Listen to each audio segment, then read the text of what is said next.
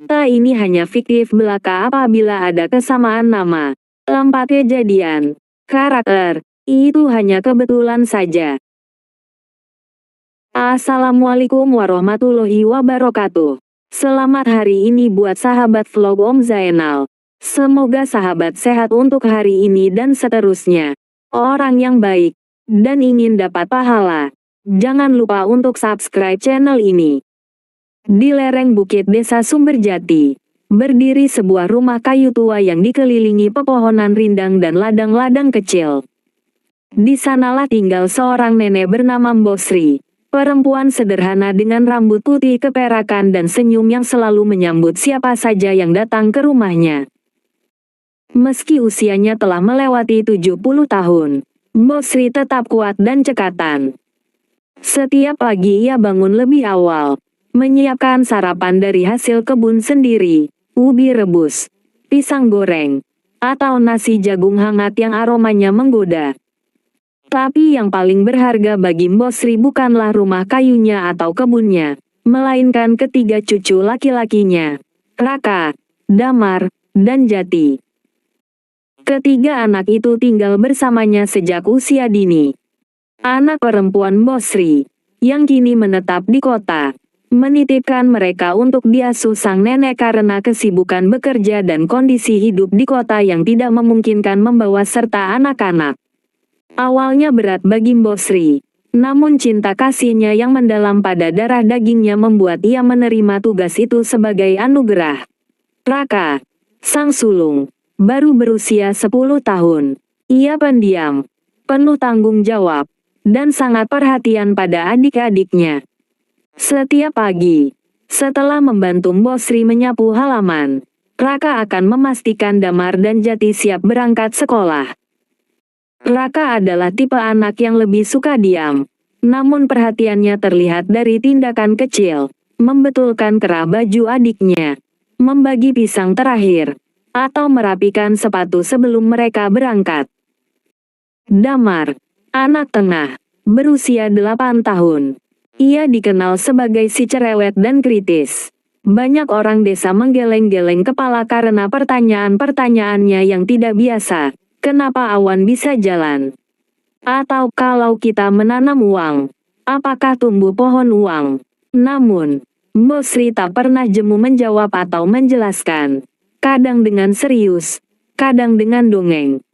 Ia percaya rasa ingin tahu Damar akan membawanya menjadi anak yang besar pikirannya kelak. Lalu si bungsu Jati, 6 tahun, adalah si manja dan penuh canda. Ia senang dipeluk, digendong, dan tertawa paling keras di antara ketiganya. Tak jarang, Jati tidur di pangkuan Mbok Sri saat malam, merengek agar didongengi sebelum tidur. Ia sangat menyayangi Mbok Sri, sering memetik bunga liar dan menyelipkannya di rambut neneknya. Berkata, biar nenek cantik seperti putri raja. Hari-hari mereka sederhana, namun penuh warna. Pagi hari diisi dengan sekolah. Sore dengan membantu Mbok Sri di kebun atau bermain di sungai kecil belakang rumah.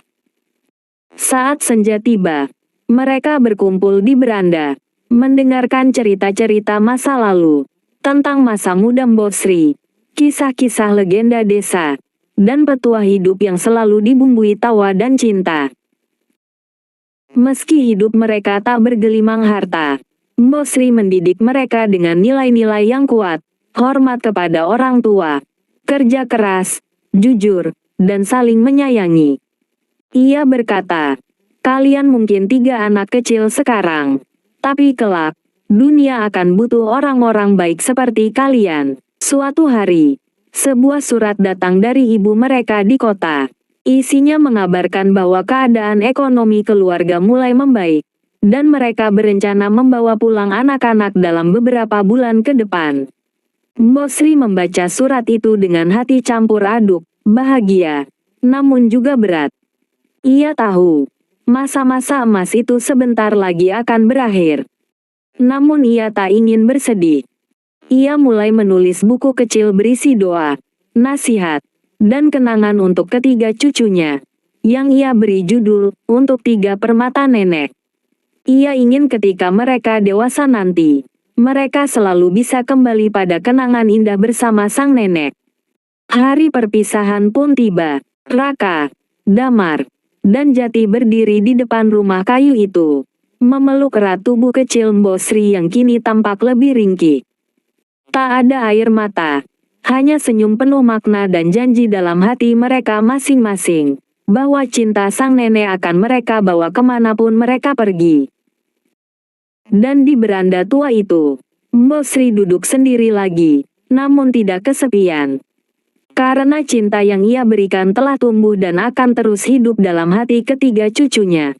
Tahun demi tahun berlalu, Raka kini telah menjadi mahasiswa teknik sipil di universitas ternama. Damar memilih jalur berbeda. Ia mendalami jurnalisme dan kini bekerja sebagai reporter muda di sebuah media lokal.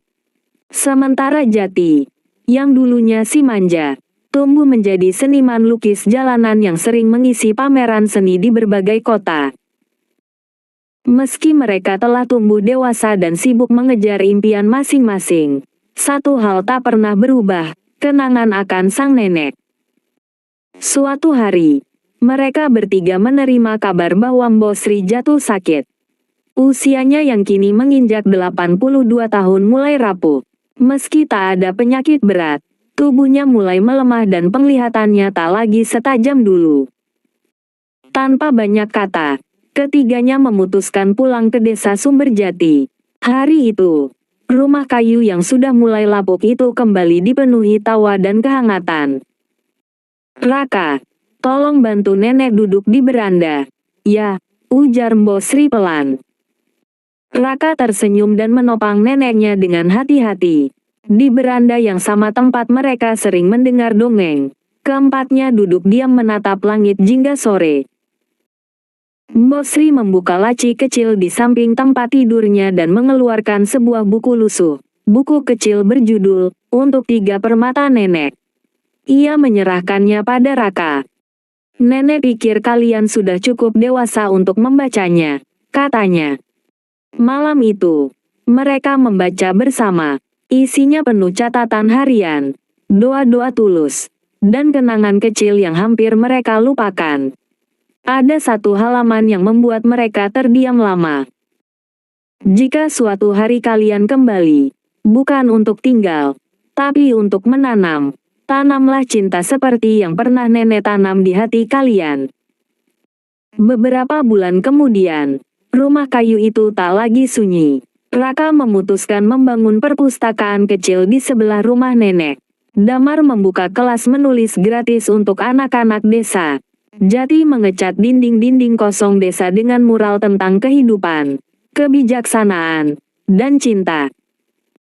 Mereka tidak hanya pulang, tapi membawa kembali sesuatu untuk ditinggalkan. Mbok Sri kini lebih sering duduk sambil tersenyum, menatap kehidupan yang ia bangun lewat kasih sayang dan ketulusan. Cinta yang ditanam tak pernah benar-benar hilang. Ia tumbuh, bahkan ketika sang penanam sudah tak mampu berdiri. Waktu terus bergulir. Desa Sumberjati, yang dulu sunyi dan tertinggal, perlahan berubah menjadi desa yang hidup dan penuh semangat. Banyak warga yang terinspirasi oleh apa yang dilakukan Raka, Damar, dan Jati. Perpustakaan yang dibangun Raka menjadi tempat belajar favorit anak-anak. Di sana mereka bisa membaca buku, bermain sambil belajar, bahkan berkumpul bersama saat akhir pekan. Damar, dengan kelas menulisnya, berhasil mencetak beberapa penulis kecil yang puisinya mulai dimuat di koran lokal. Ia juga sering mengundang jurnalis dari kota untuk memberi pelatihan. "Menulis adalah cara untuk menyuarakan hati," katanya suatu sore pada anak-anak desa. Sementara itu, karya-karya Jati mulai menarik perhatian wisatawan. Mural warna-warni yang memenuhi dinding rumah-rumah kayu membuat desa itu ramai dikunjungi. Lukisan tentang Mbok Sri, seorang nenek dengan senyum hangat dan rambut perak, menjadi ikon desa. Setiap lukisan selalu menyisipkan satu kalimat yang tak pernah Jati lupakan. Cinta yang ditanam akan tumbuh dimanapun ia jatuh. Pada suatu pagi, setelah selesai menanam bunga di halaman depan, Mbok Sri duduk di bangku kayu kesayangannya. Raka, Damar, dan Jati ada di sekitarnya, bercanda dan menyuapi beliau sarapan. Senyumnya tenang, tatapannya jauh, seolah melihat masa depan yang telah ia impikan menjadi nyata. Nek, bisik Jati, menggenggam tangan sang nenek. Kalau kami belum sempat membalas semua kebaikan nenek, maaf ya. Mbok Sri mengelus kepala cucunya dan berkata pelan, cinta itu tidak perlu dibalas, cukup diteruskan. Petik 2. Malam itu, langit desa Sumberjati bertabur bintang. Mbok Sri mengembuskan napas terakhirnya dalam tidur yang damai, di rumah yang penuh cinta, dikelilingi 3 permata yang ia besarkan dengan ketulusan. Pemakaman Mbok Sri dihadiri banyak orang. Warga desa, anak-anak yang dulu diajari membaca, remaja yang dibina oleh Damar, dan para pengagum karya seni Jati datang memberikan penghormatan. Di atas makamnya, ditanam bunga melati putih dan diukirkan pada nisan. Mbok Sri, penanam cinta, penjaga warisan jiwa. Setelah kepergian sang nenek, ketiganya sepakat untuk tetap menjaga rumah kayu itu. Rumah itu tidak hanya menjadi tempat tinggal, tapi pusat kegiatan sosial dan budaya desa. Setiap tahun, pada hari ulang tahun Mbok Sri, mereka mengadakan Hari Cinta Mbok Sri, sebuah hari di mana siapapun bisa berbagi, memberi, dan mencintai, sebagaimana yang pernah dilakukan oleh seorang nenek sederhana di rumah kayu tua. Akhir cerita cinta Mbok Sri telah selesai ditulis oleh tangannya, tapi kisahnya akan terus hidup di hati siapapun yang pernah mendengarnya.